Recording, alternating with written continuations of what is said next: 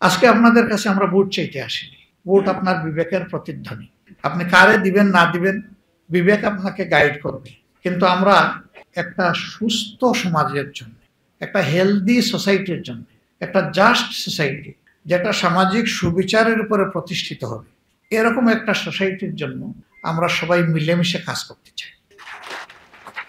আসসালামু আলাইকুম, আদাব ও শুভেচ্ছা। আজকের সর্বধর্মীয় এই সম্প্রীতির সমাবেশের সম্মানিত সভাপতি, বাংলাদেশ জামাত ইসলামী ঢাকা মহানগরী আমির, কেন্দ্রীয় নির্বাহী পরিষদ সদস্য জননেতা নুরুল ইসলাম বুলবুল, মঞ্চে বসা বিশেষ অতিথিবৃন্দ, সকল ধর্মের সম্মানিত নেতৃবৃন্দ এবং আজকের সমাবেশে উপস্থিত সকল ধর্মাবলম্বী ভাই ও বোনেরা, আমি আসলে আজকে শুনতে এসেছিলাম মন ভরে। আমি চেয়েছিলাম সকলে মন খুলে কথা বলুক এবং নতুন করে একটু খোঁজার চেষ্টা করি যে আমাদের দুর্বলতা কোন কোন জায়গায় আছে, সেই জায়গাগুলো চিহ্নিত করি, আগামীর জন্য এখান থেকে করণীয় নির্ধারণ করি। আমি আশ্বস্ত হয়েছি এবং মনে হয়েছে যতটুকু সময় বিভিন্ন গুরুত্বপূর্ণ ব্যক্তিরা কথা বলেছেন তারা মন খুলে কথা বলেছে, এটা আমার বিশ্বাস হয়েছে। আমি তাদেরকে অভিনন্দন এবং ধন্যবাদ জানাই। তারা কোনো রেখে ডেকে কথা বলেননি। রেখে ডেকে কথা বলার মধ্যে কোনো কল্যাণ নেই। মনের ভিতরে যা আছে মুখে তা প্রকাশ করে দিতে। আমরা অনেক সময় সত্যকে সত্য হিসাবে তুলে ধরতে পারি না, আবার মিথ্যার বিরুদ্ধে প্রতিরোধ গড়ে তুলতে পারি না। তাতে সমাজই কিন্তু ক্ষতিগ্রস্ত হয় এবং সেই ক্ষতির অংশীদার আমিও হই। সাহস করে যদি আমরা সত্যকে সত্য বলি, সাদাকে সাদা বলি, কালোকে কালো বলি, তাহলে এই সংস্কৃতির অবসান হবে। এখানে একটা চাপা কথা দেখেন, বলতে গিয়েও বলি না, একটা জিনিস রয়ে গেল, কারা এগুলা করে আমরা সবাই জানি। আমি অনুরোধ করব কারা করে তাদের নাম বলে দেন, আমি হইলে আমার নামও বলে দেব। এটা যতদিন পর্যন্ত বলতে না পারবো, ওই কারাগুলা লুকোচুরি করবে আর আমাদের ক্ষতি করতে থাকবে। এদের ক্ষতির এই সংস্কৃতির হাত থেকে আল্লাহ আমাদেরকে বের করে আনুন, উদ্ধার করুন, দোয়া করে। যারা অন্যকে সম্মান করতে পারে তারাই প্রকৃত মানুষ, আর যে সম্মানের কাঙ্গাল হয়ে ফেরি করে তারা প্রকৃত মানুষ নয়। সম্মান চেয়ে নেওয়ার কোনো বিষয় না। সম্মান ভালোবাসা মানুষের হৃদয় থেকে বের হয়ে আসে এবং কারো কথায় ফুল ফুটলেই সম্মান এবং ভালোবাসা তৈরি হয় না। তাকে তার কাজ দিয়ে প্রমাণ করতে হয় যে তিনি তার কথার উপরে সত্যবাদী। যখন এটি হবে তখন সমাজের মধ্যে মানুষের আস্থা তৈরি হয়। যেমন এখানে গুরুত্বপূর্ণ ব্যক্তিরা বলেছেন যে আমাদের অনেকগুলো ন্যায্য দাবি অতীতে কোনো কোনো দল তাদের নির্বাচনী ইশতেহারের অন্তর্ভুক্ত করে জাতিকে তারা অঙ্গীকার করেছিলেন যে আমরা এবার ক্ষমতায় গেলে এগুলা বাস্তবায়ন করব। তো তারা বাস্তবায়ন করেননি। পরের বার আবার একই দাবি তারা সম্পৃক্ত করে বলেছেন আমরা বাস্তবায়ন করব। আসলে তারা খুব ভালো মানুষ, তারা এক কথার মানুষ, তারা তাদের কথা থেকে নড়েন না। এই করব কথাটা তারা বাদ দিতে চান না, করেছি এইটা বলতে চান না। একজন বয়স্ক লোককে তার বন্ধু জিজ্ঞেস করেছিলেন, বন্ধু তোমার এখন বয়স কত? তো উনি বলেছিলেন এই ধরো 60 হবে। বলে তোমার বয়স এখনো 60? তুমি সেই 10 বছর আগে বললা 60, 20 বছর আগেও বললা 60, এখনো বলতেছো 60, এগুলা কি বলো তুমি? কয় ভাই আমি এক কথার মানুষ, কথা বদলাই না। এরা ওই রকমই এক কথার মানুষ হয়তো ছিলেন, ভদ্রলোকেরা এই জন্য কথা বদলান নাই। সমাজে একটা কথা চালু আছে, আপনি যদি পানিতে কূপ মারেন তাহলে দাটা এসে হাঁটুতে লাগে, আপনার নিজের হাঁটুতে, অন্য কারো না। তো অবচেতন মনে কিছু মানুষ মাঝে মাঝে কিছু কাজ করে ফেলে। অবচেতন মনে অনেকেই নিজেকে হারিয়ে ফেলে। কিন্তু সমাজের দুইটা শ্রেণীকে হারিয়ে গেলে হবে না। একটা শ্রেণী হচ্ছে যারা রাজনীতি করেন, আর একটা শ্রেণী এই যে ক্যামেরা নিয়ে হাজির আছে। এই দুই শ্রেণীকে সমাজকে দেখতে হবে চতুর্দিক থেকে, নইলে তারা সমাজের উপরে সুবিচার করতে পারবেন না, ইনসাফ করতে পারবেন না। তারা যদি একদিক থেকে দেখেন, তিন দিক তাদের দৃশ্যের বাইরে থেকে যাবে। রাজনীতিবিদরা চারদিক থেকে দেখার দাবি করেন, কিন্তু অনেকেই চারদিক থেকে দেখেন না। তারা একদিক দেখেন, সেই দিকটা হচ্ছে নিজের দিক। তারা অন্যের দিকটাও যদি দেখতেন তবুও কিছু দেখতে পারতেন। এই রাজনীতি নিয়ে দুনিয়া থেকে আমরা যাব না। রাজনীতি দুনিয়ার সারফেসে উপরিভাগে থেকে যাবে, কিন্তু কথা থেকে যাবে। কোন লোক তার রাজনৈতিক জীবনে কি করেছেন, ভালো হলে মানুষ তাকে অবশ্যই তার মৃত্যুর পরে স্বতঃস্ফূর্ত মনে প্রশংসা করবে, তার জন্য দোয়া করবে। আর মন্দ হলে বলবে যে এক যন্ত্রণা থেকে আল্লাহ আমাদেরকে মুক্তি দিয়েছে। এটা মানুষের ন্যাচারাল মানসিকতা। আমরা এমন রাজনীতি করতে চাই না যে সামনে এসে আমাকে সম্মান করবে আর পিছনে গেলে গালি দিব, ওই রাজনীতিটা আমরা করতে চাই না। বরঞ্চ আমরা সেই রাজনীতিটা করতে চাই, সামনে আসলে আমাদের পরম বন্ধুরা আমাদের দোষগুলা চোখে চোখ রেখে আমাদেরকে বলে দেবে যে এইটা আপনাদের কাছে আমরা আশা করি না, আমরা আপনাদের মাঝে এটা দেখতে পাচ্ছি। আর যদি ভালো কিছু তাকে বাইরে গিয়ে প্রশংসা করবে, আমার সামনে না। এই রাজনীতিটা যদি আমরা সমাজে আসলেই কালচার করতে পারি, চালু করতে পারি, সমাজ যন্ত্রণা থেকে বের হয়ে আসবে। এখন আমরা অনেককেই সামনাসামনি প্রশংসা করি, কিন্তু আসলে অন্তর থেকে তাকে ভালোবাসি না। এটি একটি মেকি বহিঃপ্রকাশ। সেই প্রকাশটা হোক কর্মের মাধ্যমে অন্তরের গভীর থেকে, তাইলে সমাজ বদলে যাবে ইনশাআল্লাহ। আমি কেবল মাগুরা থেকে অনুরূপ আরেকটা হৃদয় বিদারক ঘটনা ভিজিট করে ফিরছিলাম। রাস্তায় হঠাৎ করে কোনো মেইন স্ট্রিম মিডিয়া নাই, এই খবরটা মেইন স্ট্রিম মিডিয়া আসলোই না, যেন এরা মানুষই না। সোশ্যাল মিডিয়া দেখলাম, আবার সোশ্যাল মিডিয়াকে সবসময় বিশ্বাসও করা যায়। আমি বলি যে ফেসবুক কখনো ঠিক আছে, আবার কখনো ফেক বুক হয়েছে, মিথ্যা সংবাদ দিয়ে মানুষকে বিভ্রান্ত করে এরকম বহু খবর চলে আসে, এমনকি সুপার এডিট করে মানুষকে একেবারে জবাই করে দেওয়া হয়, সেটাও আসে। তো দেখলাম যে এরকম একটা ঘটনা বরগুনায় ঘটেছে। ৫ম শ্রেণীর একজন ছাত্রী, তার উপরে অত্যাচার করা হয়েছে। বাবা তার প্রতিকার চেয়ে থানায় মামলা করেছে। ঘটনাটা একই গ্রামের ভিতরে। যারা তার ক্ষতি করেছে তারা খুব দাপটশালী, স্বচ্ছ। আর ইনি মুরগি যে বিক্রি করে এইরকম একটা দোকানের কর্মচারী, ওই মেয়েটার বাবা। কেন তিনি মামলা করলেন? এই অপরাধে তাকে খুন করেছে। মাগুরাটা আমরা সবাই জানি, এটা নিয়ে অনেক হইচই হয়েছে, কিন্তু এটা নিয়ে কোনো শব্দ নেই। আমি আমার সংশ্লিষ্ট এলাকার লোকদেরকে জিজ্ঞেস করলাম, এরকম কিছু আপনারা জানেন কি? তারা বললেন যে আমরা শুনেছি। আমি বললাম গো এট ওয়ান্স, আমাকে খবর জানান কি হয়েছে সেখানে। তারা গেলেন, করুণ অবস্থা বর্ণনা।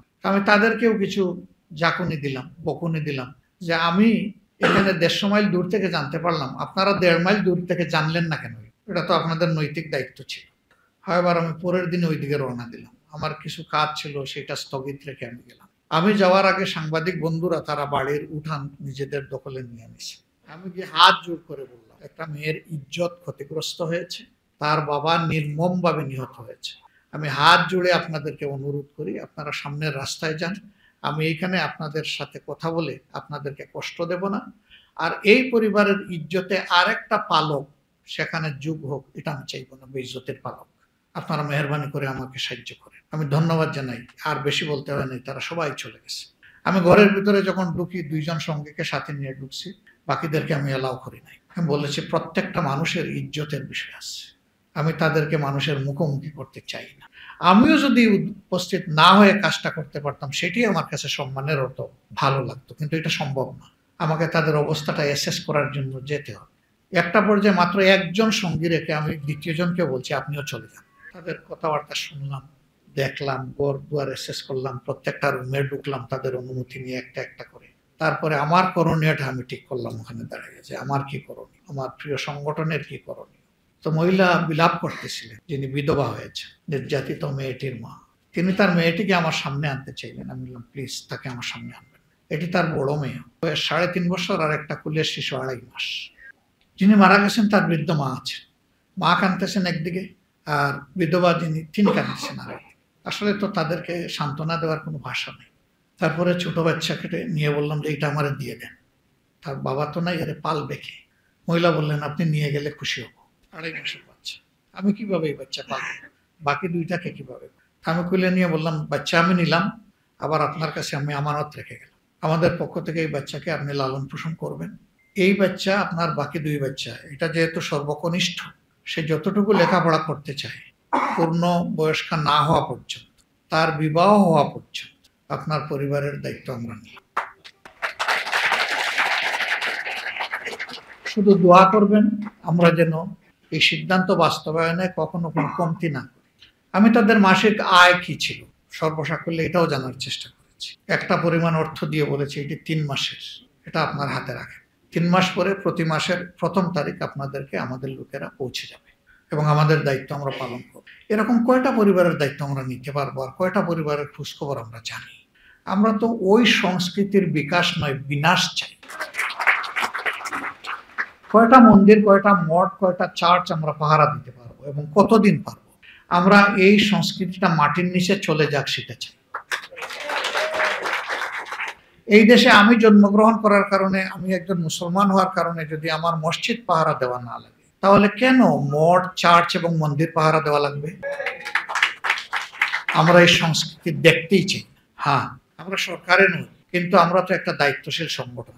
সরকারে না গিয়ে আমাদের পক্ষে যতটুকু সম্ভব তার সর্বোচ্চটা আমরা করতে প্রতিশ্রুতিবদ্ধ। আর যদি জনগণের ভালোবাসা, সমর্থনে, আস্থায় কোনোদিন এই সংগঠন যায়, তাহলে এটি হবে আমাদের রাষ্ট্রীয় পবিত্র দায়িত্ব। চেষ্টা করি যা বুঝি সেটা বলার, যেটা বুঝি না এটা বলিও না, আর যা বলি চেষ্টা করি এটা করার, যা পারবো না এটা বলতে চাই না। এখানে সঙ্গত অনেকগুলা দাবি সন্তোষ দা বলেছেন, আর অনেকেই বলেছেন, আমি তাদেরকে রেসপেক্ট করি, কিন্তু এখানে দাঁড়িয়ে আমি সব দাবি না দেখে, না বুঝে, না স্টাডি করে আজকে যদি বলি যে সবগুলাতে হ্যাঁ, তাহলে আমার মিথ্যাবাদী হওয়ার আশঙ্কা আছে। এগুলো পরখ করে দেখে দেশ রাষ্ট্র আপনাদের সকলের, আমাদের সকলের বিষয়গুলো সামনে রেখে যেগুলা সঙ্গত এগুলা বলি আর না বলি, যখনই সুযোগ পাবো, কি সরকারি আর কি বিরোধী দল, এটা আমার কাছে ইম্যাটেরিয়াল। যেখানে আমাদের সামর্থ্য থাকবে সেখানেই আমাদের চেষ্টা করা কর্তব্য আমরা করব।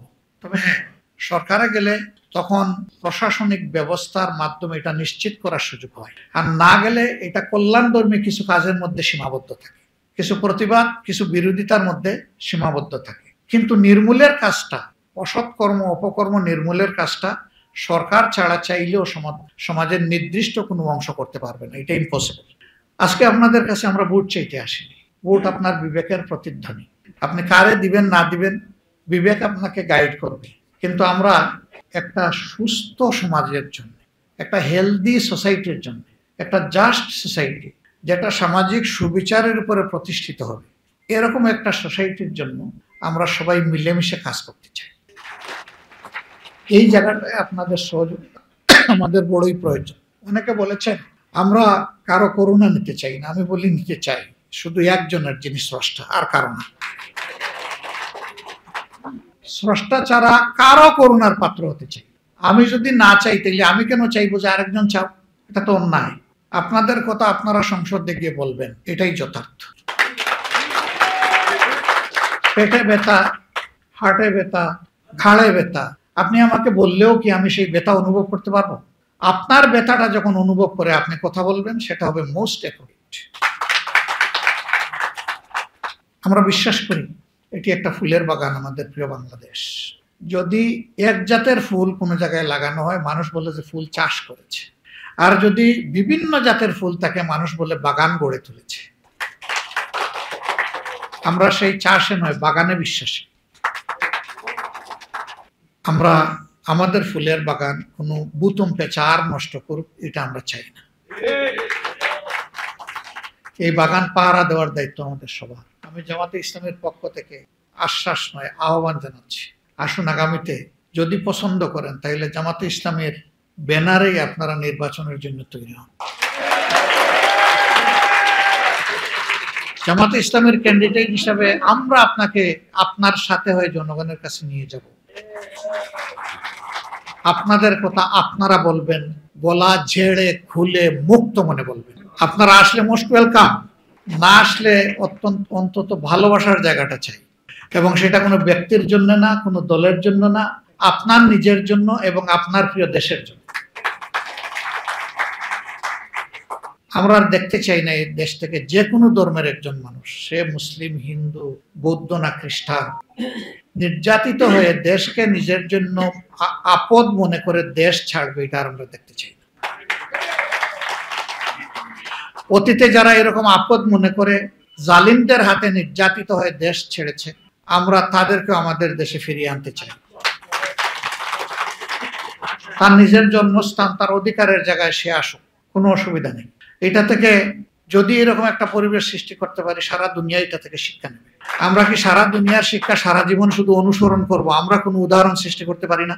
সেই উদাহরণটা হোক মানবতার উদাহরণ। যদি আমি চিকিৎসক হওয়ার কারণে কেউ আমাকে সংখ্যালঘু না বলে, তাইলে আপনি হিন্দু হওয়ার কারণে আপনাকে সংখ্যালঘু বলবে কেন? আমরা ধর্ম এবং পেশার ভিত্তিতে সমাজের এই ডিভিশনকে আমরা ঘৃণা করি। ঘৃণা, মানুষকে মানুষ হিসাবে দেখতে হবে, আমরা তার পক্ষে। আমার এই বক্তব্যে কতজন যে খেপবে আমি জানি। আপনারা নিশ্চিত থাকেন, আমাদের এই মিডিয়ার ভাইয়েরা যেটা পছন্দ হয় ওইটাই এক পিস উঠাই দিবে আমার ব্যাপারে। আপনারা মন খারাপ করবেন না, কারণ আপনারা এটা করে থাকেন। তখন দেখবেন যে আমার দিকে তীর, নেজা, বললম, বর্ম, খঞ্জর সব চলে আসছে। বিশ্বাস করেন, আমি এগুলোর পরোয়া করি না। আমি পরোয়া করি আমার বিবেককে। আমার বিবেক যা হা বলবে আমি তা বলবো, যা না বলবে আমি এটা বলবো না। যে আমার বিবেক আছে, আমি যদি বিবেক অনুযায়ী এক না করি, আমি আমার আল্লাহর কাছে জবাবটা দিব। কেউ যদি অপরাধী হয় তার বিচার হোক, শাস্তি হোক, কিন্তু আমি কে তাকে শাস্তি দেওয়া?